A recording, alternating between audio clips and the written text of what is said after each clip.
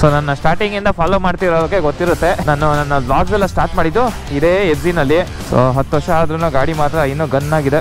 FZ-ದು ಹವನೇ ಬೇರೆ ಇತ್ತು. The lord of the streets. ಚೆನ್ನೈಯಿಂದ ಒಬ್ರು ಮೆಸೇಜ್ ಮಾಡಿದ್ರು, ಬೇಕು ಅಂದರೆ ನೋಡಿ ನೀವೇ ತಗೊಳ್ಳಿ ಅಂತ ಅಂದ್ಬಿಟ್ಟು ಹೇಳಿದೆ. ಇವರೇನೆ HSRP ಬೋರ್ಡ್ ಬೇರೆ ಚೇಂಜ್ ಮಾಡಿಸ್ಬೇಕು ಅಂತ ಅಂತಿದ್ದಾರೆ. ಕಂಪ್ಲೀಟ್ಲಿ ಸ್ಕ್ಯಾಮ್ ಗುರು, ಬಿಸ್ನೆಸ್ ಸ್ಕ್ಯಾಮ್ ಅಷ್ಟೇ. ನಾನೊಂದು KTM ಎತ್ಕೊಂಡು ನಮ್ಮ ಗಾಡಿನ FZ-ನಲ್ಲಿ ಒಂದು ಲಾಂಗ್ ರೈಡ್ ಹೋಗಬೇಕು ಅಂತ ಅಂದ್ಬಿಟ್ಟು ಪ್ಲ್ಯಾನ್ ಮಾಡಿದ್ದೆ.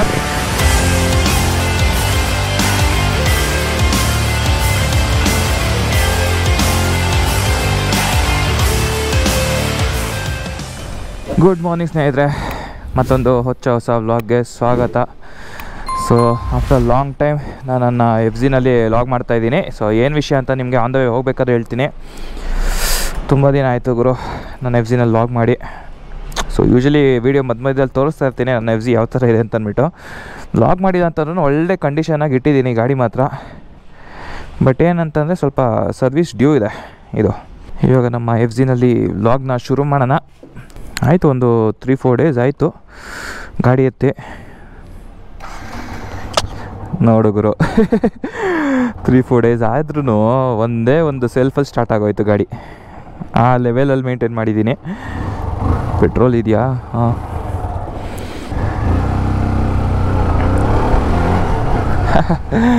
ಬಟ್ ಏನಾಗಲಿ ಗುರು, ಈ ಗಾಡಿ ತೊಗೊಂಡು ನಾನು ಆಲ್ಮೋಸ್ಟ್ 10 ವರ್ಷ ಆಯಿತು.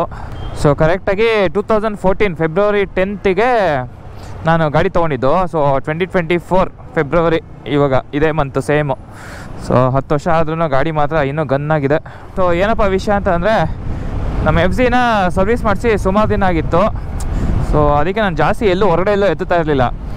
ಸೊ ವಿತಿನ್ ಸಿಟಿ ಮಾತ್ರ ಓಡಿಸ್ತಾ ಇದ್ದೆ. ಸೊ ಇವಾಗ ಆಲ್ಮೋಸ್ಟ್ ಒಂದು 1 ಮಂತಿಂದ ಅಂದ್ಕೊಳ್ತಾ ಇದ್ದೆ ಸರ್ವಿಸಿಗೆ ಬಿಡಬೇಕು ಅಂತ ಅಂದ್ಬಿಟ್ಟು ಟೈಮ್ ಆಗಿರಲಿಲ್ಲ. ಸೊ ನಾನು ಯೂಶ್ವಲಿ ಸರ್ವಿಸ್ ಬಿಡೋದೆ ಎಲ್ಲ ಶೋರೂಮಲ್ಲೇ. ಮಧ್ಯದಲ್ಲಿ ಒಂದು ಗ್ಯಾರೇಜಲ್ಲಿ ಬಿಡ್ತಾ ಇದ್ದೆ. ಅವನು ಇವಾಗ ಓನರ್ ಮಾಡ್ತಿದ್ದ ಸ್ಟಾರ್ಟಿಂಗಲ್ಲಿ. ಇವಾಗ ಹುಡುಗನ ಬಿಟ್ಬಿಟ್ಟು ಮಾಡಿಸ್ಬಿಡ್ತಾನೆ. ಸೊ ನಂಗೆ ಅದಕ್ಕೆ ಅಲ್ಲಿ ಬಿಡೋದಕ್ಕೆ ಇಷ್ಟ ಇಲ್ಲ. ನಮಗೆ ನಮ್ಮ ಗಾಡಿಗಳು ಪ್ರಾಪರಾಗಿ ನೀಟಾಗಿ ಮೇಂಟೈನ್ ಆಗಬೇಕು. ಹುಡುಗರುಗಳಿಗೆಲ್ಲ ಕೊಟ್ಬಿಟ್ಟು ಮಾಡಿಸ್ಬಿಟ್ರೆ ಏನಾಗುತ್ತೆ, ಅವರು ಒಂದೊಂದು ಸರಿಯಾಗಿ ಮಾಡಲ್ಲ. ಸೊ ಅದಕ್ಕೆ ಅಲ್ಲಿ ಬೇಡ. ಮತ್ತೆ ವಾಪಸ್ಸು ಪರ್ಫೆಕ್ಟ್ ರೈಡರ್ಸ್ ಯಮಹ, ಅದು ತಿಲಕ್ ನಗರ್ ಹತ್ರ ಇರೋದು. ಸೊ ನಾನು ಯೂಶ್ವಲಿ ಅಲ್ಲೇ ಬಿಡೋದು ಸರ್ವಿಸ್ಗೆ. ಅಲ್ಲಿ ಸರ್ವಿಸ್ ಕಾಸ್ಟ್ ಸ್ವಲ್ಪ ಜಾಸ್ತಿ ಆದ್ರೂ ಸ್ವಲ್ಪ ಚೆನ್ನಾಗಿ ಮಾಡ್ತಾರೆ. ಸೊ ಅದಕ್ಕೆ ಇವಾಗ ಅಲ್ಲೇ ಹೋಗಿ ಬಿಡೋಣ ಅಂತ ಅಂದ್ಬಿಟ್ಟು ನಮ್ಮ FZ ಎತ್ಕೊಂಡು ಹೋಗ್ತಾ ಇದ್ದೀನಿ. ಸೊ ಅಲ್ಲಿ ಹೋಗಿ ಬಿಡೋಣ, ನೋಡೋಣ ಏನೇನು ಖರ್ಚುಗಳೈತೆ ಏನು ಅಂತ ಗೊತ್ತಿಲ್ಲ. ಗಾಡಿ ಮಾತ್ರ ಸಖತ್ತಾಗಿ ಓಡ್ತಾ ಇದೆ. ಬಟ್ ಸ್ವಲ್ಪ ಮೈನರ್ ಇಶ್ಯೂಸ್ಗಳಿದೆ. ಲೈಕ್ ಈ ಹಾರನ್ ಎಲ್ಲ ಸರಿಯಾಗಿಲ್ಲ ಪ್ರಾಪರಾಗಿ. ಅದಾದಮೇಲೆ ಸ್ವಲ್ಪ ಕ್ಲಚ್ ಕೇಬಲ್ ಎಲ್ಲ ಸ್ವಲ್ಪ ಹಾರ್ಡಿದೆ. ಸೊ ಏನೇನು ಚೇಂಜ್ ಮಾಡಬೇಕು ಏನೋ ಇನ್ನೂ ಗೊತ್ತಿಲ್ಲ. ಮೋಸ್ಟ್ಲಿ ಬ್ರೇಕ್ ಪ್ಯಾಡ್ಸನ್ನು ಚೇಂಜ್ ಮಾಡಬೇಕು ಅಂತ ಅನಿಸುತ್ತೆ. ಸೊ ಅಲ್ಲಿ ಹೋದ್ಮೇಲೆ ನೋಡೋಣ ಅವ್ರು ಏನೇನು ಮಾಡ್ತಾರೆ ಅಂತ ಅಂದ್ಬಿಟ್ಟು. ಸೊ ಅದಾದಮೇಲೆ ನೆಕ್ಸ್ಟು FZ-ನಲ್ಲಿ 1-2-3 ವ್ಲಾಗ್ ಮಾಡೋಣ ಅಂತ ಪ್ಲ್ಯಾನ್ ಮಾಡಿದ್ದೀನಿ. ಅದು ಯಾವ ಥರ ವ್ಲಾಗ್ ಅಂತ ಅಂದ್ಬಿಟ್ಟು ನೀವು ನೆಕ್ಸ್ಟ್ ನೋಡ್ತೀರಾ. ನಂಗೆ ಆ್ಯಕ್ಚುಲಿ ಸುಮಾರು ಜನ ಇನ್ಸ್ಟಾಗ್ರಾಮಲ್ಲಿ ಮೆಸೇಜ್ ಮಾಡಿ ಕೇಳಿದ್ದೀರಾ, ಆಮೇಲೆ ಕಮೆಂಟ್ ಕೂಡ ಮಾಡಿದ್ದೀರಾ ನಮ್ಮ ಯೂಟ್ಯೂಬ್ ವೀಡಿಯೋಸಲ್ಲೆಲ್ಲನೂ. ಬ್ರೋ FZ ಏನಾಯಿತು, FZ-ನಲ್ಲಿ ವ್ಲಾಗ್ ಬರಲೇ ಇಲ್ಲ ಅಂತ ಅಂದ್ಬಿಟ್ಟು. ಸೊ ಫೈನಲಿ ನೋಡ್ರಪ್ಪ, FZ-ನಲ್ಲಿ ಇವಾಗ ವ್ಲಾಗ್ ಮಾಡ್ತಾಯಿದ್ದೀನಿ. ಅಂದರೆ ಇದು ಜಸ್ಟ್ ಸರ್ವಿಸಿಗೆ ಬಿಟ್ಬಿಟ್ಟು ಬರ್ತಾ ಇರೋದು. ಒಂದ್ಸಲ ಗಾಡಿ ಎಲ್ಲ ರೆಡಿ ಆದಮೇಲೆ ಒಂದು ಸ್ವಲ್ಪ ವ್ಲಾಗ್ಸ್ಗಳು ಮಾಡೋಣ ಇನ್ಮೇಲೆ FZ-ನಲ್ಲೂ. ಸೊ ನನ್ನ ಚಾನಲ್ಗೆ ರೀಸೆಂಟಾಗಿ ಯಾರ್ಯಾರು ಸಬ್ಸ್ಕ್ರೈಬ್ ಮಾಡ್ಕೊಂಡಿದ್ದೀರೋ ಅವ್ರಿಗೆ ಅಷ್ಟೊಂದು ಕ್ಲಿಯರಾಗಿ ಐಡಿಯಾ ಇರೋಲ್ಲ FZ ಬಗ್ಗೆ. ನಾನು ನನ್ನ ವ್ಲಾಗ್ಸ್ ಎಲ್ಲ ಸ್ಟಾರ್ಟ್ ಮಾಡಿದ್ದು ಇದೇ FZ-ನಲ್ಲಿ. ಸೊ ಇದು ಬಂದು ವರ್ಷನ್ 1, ಫಸ್ಟ್ ವರ್ಷನ್ನು. ನಂಗೆ ಆ ಟೈಮಲ್ಲಿ ಒಂಥರ ಇದು ಡ್ರೀಮ್ ಬೈಕ್ ಗುರು. ನಂಗೆ ಕಾಲೇಜ್ ಟೈಮಲ್ಲಿ ಇರ್ಬೇಕಾದ್ರೆ FZ-ದು ಹವನೇ ಬೇರೆ ಇತ್ತು. The lord of the streets. So ನನ್ನ ಸ್ಟಾರ್ಟಿಂಗಿಂದ ಫಾಲೋ ಮಾಡ್ತಿರೋದಕ್ಕೆ ಗೊತ್ತಿರುತ್ತೆ ಈ ಗಾಡಿ ಎಲ್ಲ ಏನೇನೆಲ್ಲ ಮಾಡಿಸಿದ್ದೆ ಅಂತ ಅಂದ್ಬಿಟ್ಟು. ಫುಲ್ಲು ಮಾಡಿಫೈ ಮಾಡಿಸ್ಬಿಟ್ಟಿದ್ದೆ ಟೂರಿಂಗಿಗೋಸ್ಕರ. ಆಮೇಲೆ ನಮ್ಮ ಜಟಾಯು ಬಂತಲ್ಲ, ಜಟಾಯು ಬಂದಮೇಲೆ ಆ ಟೂರಿಂಗ್ ಮಾಡಿಫಿಕೇಷನ್ಸ್ ಎಲ್ಲ ಸ್ವಲ್ಪ ಕಟ್ ಡೌನ್ ಮಾಡಿ ಜಸ್ಟ್ ಸ್ವಲ್ಪ ಬೇಸಿಕ್ ಆಕ್ಸೆಸರೀಸ್ಗಳು ಮಾತ್ರ ಇಟ್ಕೊಂಡಿದ್ದೀನಿ. ಮೊನ್ನೆ ಆ್ಯಕ್ಚುಲಿ ಚೆನ್ನೈಯಿಂದ ಒಬ್ಬರು ಮೆಸೇಜ್ ಮಾಡಿದರು, ಒಂದು FZ-ದು ಪಿಕ್ಸ್ಗಳನ್ನ ನೋಡಿ DM ಮಾಡಿದರು ಇನ್ಸ್ಟಾಗ್ರಾಮಲ್ಲಿ. ಸೊ ನಾನು ರೀಸೆಂಟಾಗಿ ನನ್ನ ಸ್ಟೋರಿನಲ್ಲೆಲ್ಲನೂ ಪಿಕ್ ಅಪ್ಲೋಡ್ ಮಾಡಿದ್ದೀನಿ ನನ್ನ FZ-ದು ಹಳೆ ಫೋಟೋಶೂಟ್ ಮಾಡಿದ್ದು. ಅದರಲ್ಲಿ ಟೂರಿಂಗ್ ಮಾಡಿಫಿಕೇಷನ್ಸ್ಗಳೆಲ್ಲನೂ ಹೆವಿ ಮಾಡಿಸಿದ್ದೆ. ಸೊ ಅವ್ರ ಹತ್ರನೂ FZ ವರ್ಷನ್ 1 ಇದೆ. ಸೊ ಅವ್ರಿಗೂ ಇದೇ ಥರ ಟೂರಿಂಗ್ ಮಾಡಿಫಿಕೇಷನ್ ಮಾಡಿಸ್ಬೇಕು ಅಂತ ಸಖತ್ ಇಷ್ಟ. ಸೊ ಅದಕ್ಕೆ ಬ್ರೋ ಎಲ್ಲಿ ಮಾಡಿಸಿದ್ದು ಏನು ಅಂತ ಬಿಟ್ಟು ಎಲ್ಲನೂ ಕೇಳ್ತಾಯಿದ್ರು. ಸೊ ಹೇಗಿದ್ರು ನಾನು ಅದನ್ನು ಅಸೆಸರೀಸು ಯೂಸ್ ಮಾಡ್ತಿಲ್ಲ. Like top rack, saddle stay ಅದು ಯಾವುದು ಯೂಸ್ ಮಾಡ್ತಿಲ್ಲ. ಬೇಕು ಅಂದರೆ ನೋಡಿ ನೀವೇ ತೊಗೊಳ್ಳಿ ಅಂತಂದ್ಬಿಟ್ಟು ಹೇಳಿದೆ. ಸರಿ ಬ್ರೋ ಅದು ನನಗೆ ಕಳಿಸ್ಕೊಟ್ಬಿಡಿ ಅಂತ ಅಂದ್ಬಿಟ್ಟು ಹೇಳಿದರು. ಚೆನ್ನೈಗೆ ಕಳಿಸ್ಬೇಕು, ಇನ್ನೂ ಕಳಿಸಿಲ್ಲ ನಾನು. ಅದು ಸ್ವಲ್ಪ ಶಿಪ್ಪಿಂಗ್ ಡೀಟೇಲ್ಸ್ ಎಲ್ಲ ಕಳಿಸಿದ್ದಾರೆ. ಅದನ್ನು ಆಮೇಲೆ ಬಂದು ಶಿಪ್ ಮಾಡ್ತೀನಿ. ಸೊ ನಮ್ಮ ಹೊಸ ಸಬ್ಸ್ಕ್ರೈಬರ್ಸ್ಗಳಿಗೆ ಗೊತ್ತಿರಲ್ಲ ಅನಿಸುತ್ತೆ. ಸೊ ಒಂದು ಪಿಕ್ಚರ್ ಹಾಕ್ತೀನಿ ನೋಡಿ. ಸೊ ಇದೇ ಗಾಡಿಯಿಂದನೇ ಗುರು ನಾನು ಟೂರಿಂಗು ಟ್ರಾವೆಲೆಲ್ಲ ಸ್ಟಾರ್ಟ್ ಮಾಡಿದ್ದು. ಕ್ರೇಜಿ ಡೇಸ್ ಅವಾಗ ಮಾತ್ರ ಎಫ್ ಜಿನಲ್ಲಿ. ಸೊ ಆಲ್ಮೋಸ್ಟ್ ಡೈರಿ ಸರ್ಕಲ್ ಹತ್ತತ್ರ ಇರೋದು ಈ service centre. So perfect riders ಅವ್ರದ್ದು ಇಲ್ಲೊಂದು ಸರ್ವಿಸ್ ಸೆಂಟರ್ ಇದೆ, ಜೊತೆಗೆ ಲಾಲ್ಬಾಗಲ್ಲಿ ಒಂದಿದೆ. ಬಟ್ ಲಾಲ್ಬಾಗ್ ನನಗೆ ಸಕ್ಕ ದೂರ ಆಗಿಬಿಡುತ್ತೆ. ಅದು ಜೆ ಸಿ ರೋಡ್ ಸೈಡ್ ಇಲ್ಲ, ಪಾಸ್ಪೋರ್ಟ್ ಆಫೀಸ್ ರೋಡ್ ಸೈಡ್ ಇರೋದು. ಸೊ ಅಲ್ಲೆಲ್ಲ ಹೋಗಿ ಸುತ್ತಾಕೊಂಬರ್ಬೇಕು ಅಂತ ಅಂದರೆ ಅದೊಂಥರ ಹಿಂಸೆ. ಆ್ಯಕ್ಚುಲಿ ಅಂಕಿನೂ ಬರಬೇಕಿತ್ತು. ಅಂಕಿ ಕ್ಲಾಸಿಗೆ ಬಂದಿದ್ದರೆ ಇಬ್ಬರು ಒಟ್ಟಿಗೆ ಹೋಗಿಬಿಟ್ಬಿಟ್ಟು ಆಮೇಲೆ ಒಟ್ಟಿಗೆ ಒಂದೇ ಗಾಡಿನಲ್ಲಿ ಬರೋಣ ಅಂತ ಅಂದ್ಕೊಂಡಿದ್ವಿ. ಬಟ್ ಅವನು ಇವತ್ತು ಕ್ಲಾಸಿಗೆ ಬಂದಿಲ್ಲ. ಹುಡುಗ ಸ್ವಲ್ಪ ಏನೋ ಬೇರೆ ಕೆಲಸ ಇತ್ತು, ಪ್ರಾಕ್ಟಿಕಲ್ಸ್ ಅದೆಲ್ಲ ಓದ್ಕೊಳ್ತೀನಿ ಹಂಗೆ ಹಿಂಗೆ ಅಂತ ಅಂತಿದ್ದ. ಅದಕ್ಕೆ ಸರಿ ನೀನು ನಿನ್ಪಾಡು ನೀನು ಓದ್ಕೋ, ನಾನು ಅನ್ಪಾಡು ನನ್ನ ಗಾಡಿನ ಸರ್ವಿಸ್ ಬಿಟ್ಬಿಟ್ಟು ಆಟೋದಲ್ಲಿ ರಿಟರ್ನ್ ಬರ್ತೀನಿ ಅಂತ ಹೇಳಿದೆ. ಸೊ ಈಗ ಆಲ್ರೆಡಿ ಮಧ್ಯಾಹ್ನ ಆಗಿದೆ. ಮೋಸ್ಟ್ಲಿ ಇವತ್ತು ರಿಟರ್ನ್ ಕೊಡೋದು ಡೌಟು, ನಾಳೆನೇ ಕೊಡೋದವರು. But let see. Yamaha perfect riders, I think ಇದು ಶೋರೂಮ್ ಅಂತ ಅನಿಸುತ್ತೆ. ಸರ್ವಿಸ್ ಸೆಂಟ್ರ್ ಇದೆಯಾ ನೋಡೋಣ ಇರಿ, ಕೇಳೋಣ. ಅಥವಾ ಲೊಕೇಶನ್ ಏನಾದರೂ ಚೇಂಜ್ ಮಾಡೋರ ಏನು ಕತೆ ಗೊತ್ತಿಲ್ಲ. ಮೋಸ್ಟ್ಲಿ ಇದು ಬರೀ ಶೋರೂಮ್ ಅಂತ ಅನಿಸುತ್ತೆ. ಸರ್ವಿಸ್ ಸೆಂಟ್ರ್ ಆ ಕಡೆನೇ ಇರೋದು. ಅಕಸ್ಮಾತ್ ಆ ಸರ್ವಿಸ್ ಸೆಂಟ್ರ್ ಇಲ್ಲೇ ಇದ್ದರೆ ಇಲ್ಲೇ ಬಿಟ್ಬಿಡೋಣ, ಇದು ಇನ್ನೂ ಒಳ್ಳೆಯದೇ.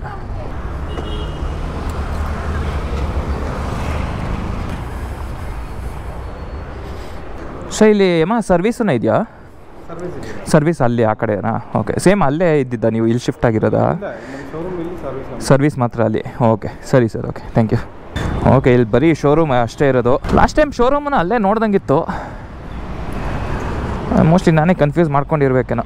ಸರ್ವಿಸ್ ಸೆಂಟರ್ ಆ್ಯಕ್ಚುಲಿ ಇಲ್ಲೇ ರೈಟ್ ಸೈಡಲ್ಲಿ ಇರೋದು. ಬಟ್ ಇಲ್ಲೆಲ್ಲೂ ರೈಟ್ ಟರ್ನ್ ಇಲ್ಲ, ಮುಂದೆ ಹೋಗಿ ಯೂ ಟರ್ನ್ ಮಾಡ್ಕೊಂಡು ಬರಬೇಕು. Yamaha authorised service centre. Yes, ಯಾವ್ದು ಗುರು ಇದು? ರೋಡಲ್ಲಿ ತಾರೆ ಹಾಕಿಲ್ಲ. Yamaha perfect Riders. ಓಕೆ, ಅಲ್ಲೋಗಿ ಮಾತಾಡೋಣ. ಫಸ್ಟು ಸರ್ವಿಸ್ಗೆ ಬಿಟ್ಬಿಟ್ಟು ನೋಡೋಣ ಏನು ಹೇಳ್ತಾರೆ ಅಂತ, ಆಮೇಲೆ ಸಿಗ್ತೀನಿ. 6 hours later. Okay, so service ಎಲ್ಲ ಆಯಿತು. ನಮ್ಮ ಗಾಡಿ ನೋಡಿ ಎಫ್ ಜಿ ಫುಲ್ ಪಳ ಅಂತ ಹೊಳಿತಾ ಇದೆ. ಸರ್ವಿಸ್ದು ಬಿಲ್ಲನ್ನು ತೊಗೊಂಡೆ, ಎಲ್ಲ ಹೇಳ್ತೀನಿ ಎಷ್ಟಾಯಿತು ಏನು ಅಂತಂದ್ಬಿಟ್ಟು. 2873 2873. ಸೊ ಲೂಪ್ ಗೀಬ್ ಎಲ್ಲ ಮಾಡಿದ್ದಾರೆ. ಸ್ವಲ್ಪ ಬ್ರೇಕು ಸ್ಲೈಡ್ ಆಗ್ತದೆ, ಇನ್ನು ಬೈಟ್ ತೊಗೊಳ್ತಾ ಇಲ್ಲ. ಯಾಕಂದರೆ ಗ್ರೀಸ್ ಗೀಸ್ ಎಲ್ಲ ಹಾಕಿರ್ತಾರಲ್ಲ, ಅದಕ್ಕೆ. ರೋಡ್ ಬೇರೆ ಎಲ್ಲ ಕಿತ್ತೋಗ್ಬಿಟ್ಟೈತೆ ಮೆಟ್ರೋಯಿಂದ. ಸೊ ನಮ್ಮ ಗಾಡಿ ಇವಾಗ ಎಫ್ ಜಿ ಆಲ್ಮೋಸ್ಟ್ ಎಲ್ಲ ರೆಡಿ. ನೆಕ್ಸ್ಟು ಇನ್ನೇನಿದ್ರು ಟೈರಲ್ಲಿ ಸ್ವಲ್ಪ ಏರ್ ಲೀಕೇಜ್ ಆಗ್ತಾಯಿತ್ತು ಬೀಡಿಂಗ್ ಹತ್ರ. ಅದೇಂತಕ್ಕೆ ಅಂತ ಗೊತ್ತಿಲ್ಲ. ಮೋಸ್ಟ್ಲಿ ಅದು ಏನಾಯಿತು ಅಂತಂದರೆ ಗಾಡಿನ ಸುಮಾರು ದಿನ ಹಂಗೆ ನಿಲ್ಲಿಸ್ಬಿಟ್ಟಿದ್ದೆ ಕಂಟಿನ್ಯೂಸ್ ಆಗಿ. ಅದು ಒಂದೇ ಸೈಡಲ್ಲಿ ನಿಂತ್ಕೊಂಡ್ಬಿಟ್ಟಿತ್ತಲ್ಲ, ಮೋಸ್ಟ್ಲಿ ಅದಕ್ಕೆ ಅದು ಒಂದು ಸೈಡ್ ಬೀಡಿಂಗಲ್ಲಿ ಏರ್ ಲೀಕೇಜ್ ಆಗ್ತಾಯಿದೆ. ಅದನ್ನು ಎಲ್ಲರೂ ಟೆಸ್ಟ್ ಮಾಡಿಸ್ಬೇಕು ಟೈರ್ ಇದರಲ್ಲಿ. ಮದುವ್ಸ್ ಎಲ್ಲ ಹೋದರೆ ಒಂದು ಸ್ವಲ್ಪ ಜಾಸ್ತಿ ಆಗುತ್ತೆ. ಇವಾಗ ಗಾಡಿಗೆ ಸರ್ವಿಸ್ ಬಿಲ್ ಏನೇ 2800 ರೂಪಾಯಿ ಆಗಿದೆ. 2873. ಏನು ಗುರು, ಇವಾಗ ಎಫ್ ಜಿಗೂ ಆಲ್ಮೋಸ್ಟ್ ನಾನು KTM ಅಷ್ಟೇ ಆಗೋಯ್ತು. 3000 ಹತ್ತತ್ರ ಅಂತ ಅಂದ್ಕೊಳ್ರಿ. ತುಂಬ ಎಕ್ಸ್ಪೆನ್ಸಿವ್ ಗಾಡಿನ ಮೇಂಟೈನ್ ಮಾಡೋದು, ಯಾವುದೇ ಗಾಡಿ ಆಗಲಿ. ನಾವು ಅಂತೀವಿ ಸೂಪರ್ ಬೈಕು, ನಾರ್ಮಲ್ ಬೈಕು ಅಂತ ಅಂದ್ಕೊಂಡು. ನಾರ್ಮಲ್ ಬೈಕ್ಗೆ 3000 ಆಯಿತು ಅಂತಂದರೆ ಜಸ್ಟ್ ಇಮ್ಯಾಜಿನ್ ಸೂಪರ್ ಬೈಕ್ಗೆಲ್ಲ ಇನ್ನು ಎಷ್ಟಾಗ್ಬೋದು ಅಂತ. ಬಟ್ ಏನಂದರೆ ಆಲ್ಮೋಸ್ಟ್ ಸುಮಾರು ದಿನದಿಂದ ಅದೊಂದು ಟೆನ್ಷನ್ ಇತ್ತು ಗುರು, ಗಾಡಿ ಸರ್ವಿಸ್ ಆಗಿಲ್ವಲ್ಲ ಅಂತ. ಸೊ ಅದೊಂದು ಇವಾಗ ಕಂಪ್ಲೀಟ್ ಆಯಿತು. ಇನ್ನು ನಂಬರ್ ಪ್ಲೇಟ್ ಒಂದು ಚೇಂಜ್ ಮಾಡಿಸ್ಬೇಕು. ಇದಕ್ಕೆ ನಂಬರ್ ಪ್ಲೇಟು HSRP ಬೋರ್ಡು ಬಂದಿಲ್ಲ, ಅದು ಆನ್ಲೈನಲ್ಲಿ ಬುಕ್ ಮಾಡಬೇಕು. 2014 ತೊಗೊಂಡಿದ್ದು, ಅಂದರೆ IND ಬೋರ್ಡ್ ಹಾಕ್ಸಿದ್ದೆ ಮಧ್ಯದಲ್ಲಿ. ಇವಾಗ ಇವರೇನು HSRP ಬೋರ್ಡ್ ಬೇರೆ ಚೇಂಜ್ ಮಾಡಿಸ್ಬೇಕು ಅಂತ ಅಂತಿದ್ದಾರೆ. ಗೌರ್ಮೆಂಟ್ ಅವರೇ ಕೊಡಬೇಕು ನಮಗೆ, ಹೇಳ್ಬೇಕಂದ್ರೆ ಲೆಕ್ಕದಲ್ಲಿ. ನಾವೆಲ್ಲ RTOಗೆಲ್ಲ ಕಟ್ಟಿರ್ತೀವಿ ಸ್ಟಾರ್ಟಿಂಗಲ್ಲೇ. ಇವಾಗ ಮತ್ತೆ ಅದು ಏನೋ ಪ್ರೈವೇಟ್ ಇವ್ರಿಗೆಲ್ಲ ಕೊಟ್ಟಿದ್ದಾರೆ ವೆಂಡರ್ಗೆ. ಸೊ ಕಂಪ್ಲೀಟ್ಲಿ ಸ್ಕ್ಯಾಮ್ ಗುರು, ಬಿಸ್ನೆಸ್ ಸ್ಕ್ಯಾಮ್ ಅಷ್ಟೇ. ಸೇಫ್ಟಿ ವೈಸ್ ಏನೇ ಇರ್ಬೋದು, ಬಟ್ ಗೌರ್ಮೆಂಟ್ ಅವ್ರಿಗೆ ಕೊಡ್ಬೋದಾಗಿತ್ತು ತಾನೇ. ಏನೋ ಇವಾಗ ಅದೊಂದು ಖರ್ಚು. ಅದಾದಮೇಲೆ ಇವಾಗ ಟೈರನ್ನು ರೆಡಿ ಮಾಡಿಸ್ಬೇಕು. ಅದೊಂದು ನೋಡೋಣ, ಯಾವುದಾದ್ರೂ ಟೈರ್ ಶಾಪಲ್ಲಿ ಮಾಡಿಸ್ಬೇಕು. ಓಕೆ, ಸೊ ಇಲ್ಲೇ ಚೆರೀಸ್ ಟೈರ್ ಪಾರ್ಕ್ ಹತ್ರ ಬಂದಿದ್ದೆ, ಜಯನಗರ್ ಹತ್ರ. ಚೆಕ್ ಮಾಡಿಸ್ದೆ ಟೈರು. ಅದು ಇಲ್ಲಿ ಒಂದು ಕಡೆ ಏರ್ ಹೋಗ್ತಾ ಇದೆ. ಅದು ಮೋಸ್ಟ್ಲಿ ಅದು ರಸ್ಟ್ ಎಲ್ಲನೂ ಹಿಡ್ದಿರುತ್ತಂತೆ. ಅದನ್ನು ಎಲ್ಲ ರಿಮೂವ್ ಮಾಡಿ ಅದನ್ನೆಲ್ಲನೂ ರಬ್ ಮಾಡಿಬಿಟ್ಟು ಮತ್ತೆ ಟೈರ್ ಹಾಕಬೇಕು. ಅದಕ್ಕೆ 1 hour ಟೈಮ್ ಹಿಡಿಯುತ್ತೆ ಅಂತಂದರು. ಸೊ ಸದ್ಯಕ್ಕೆ ಇವಾಗ ಟೈಮ್ ಇಲ್ಲ, ನಾಳೆ ಬಂದು ಹಾಕ್ಸ್ಬೇಕು. ಮಾರ್ನಿಂಗಾ ಎಷ್ಟು, ಒಂದು 10 ಗಂಟೆಗಲ್ಲ? ಹಾಂ ಸರಿ, okay cool, thank you sir. So ನಾಳೆ ತಂದು ಬಿಡಬೇಕು. ಅದಕ್ಕೆ ಒಂದು ಆಲ್ಮೋಸ್ಟ್ ಒಂದು 400 ರೂಪೀಸ್ ಆಗುತ್ತಂತೆ, ಬರೀ ಅದು 1 ವೀಲ್ಗೆ. ನಾಳೆ ಟೈಮ್ ಇದ್ದರೆ ಅದೊಂದು ಬಂದು ಮಾಡಿಸ್ಕೊಂಡು ಹೋಗ್ಬೇಕು ಅಷ್ಟೇ. ಏನಂದರೆ ಅದು ಏರು ಇವಾಗ ನಾನು ಆಲ್ಮೋಸ್ಟ್ ಒಂದು 2 days ಆಯಿತು ಹಾಕ್ಸಿ. ನಾನು ಯೂಶ್ವಲಿ ರೇರು 36 ಹಾಕ್ಸ್ತೀನಿ, ಇವಾಗ ನೋಡಿದ್ರೆ ಒಂದು 21-27ಕ್ಕೆ ಇಳ್ದಿರುತ್ತೆ. ಸೊ ಆ ಥರ ಆಗ್ತಿದೆ, ಒಂದು ನಿಧಾನಾಗಿ ಇಳಿತಾ ಇದೆ ಅದು ಏರು. ಎಲ್ಲೋ ಒಂದು ಕಡೆ ಅದು ತೋರಿಸಿದ್ರು ಅವರು ನೀಟಾಗಿ ಒಂದು ಸ್ವಲ್ಪ ಸ್ಲೈಟಾಗಿ ಬೀಡಿಂಗಲ್ಲಿ ಏರೋಟ್ ಆಗ್ತಾ ಇದೆ. ಓಕೆ, ಎನಿವೆ ಸೊ ಬಂದಿದ್ದು ಮೇಜರ್ ಕೆಲಸ ಅಂತ ಮುಗೀತು. ನಮ್ಮ ಬೈಕ್ ಎಲ್ಲ ಸರ್ವಿಸ್ ಆಗಿದೆ, ಇವಾಗ ರೆಡಿಯಾಗಿದೆ. ಸೊ ಇವಾಗ ಎಲ್ಲಿ ಬೇಕಾದ್ರೆ ಎತ್ಕೊಂಡು ಓಡಾಡ್ಬೋದು. ಆಲ್ಮೋಸ್ಟ್ ಇದು ಸರ್ವಿಸ್ ಆಗಿಲ್ಲ ಅಂತಲೇ ನಾನೆಲ್ಲೂ ಜಾಸ್ತಿ ದೂರ ಎಲ್ಲೂ ಎತ್ಕೊಂಡು ಹೋಗೋಕ್ಕಾಗ್ತಿರ್ಲಿಲ್ಲ. ಅಂದರೆ ಎನಿವೆ ನಮ್ಮದು 300 ಅಡ್ವೆಂಚರ್ ಇದೆಯಲ್ಲ, ಸೊ ಆ ಗಾಡಿನಲ್ಲೇ ಹೋಗ್ತೀನಿ ಎಲ್ಲೇ ಹೋಗ್ಬೇಕಂತಂದ್ರೂ. ಬಟ್ ಸಿಟಿ ಒಳಗಡೆ ಏನೇ ಇದ್ರೂ FZನೇ ಗುರು, ಆ ಗಾಡಿ ಎತ್ತಕ್ಕಾಗಲ್ಲ, ಹಿಂಸೆ.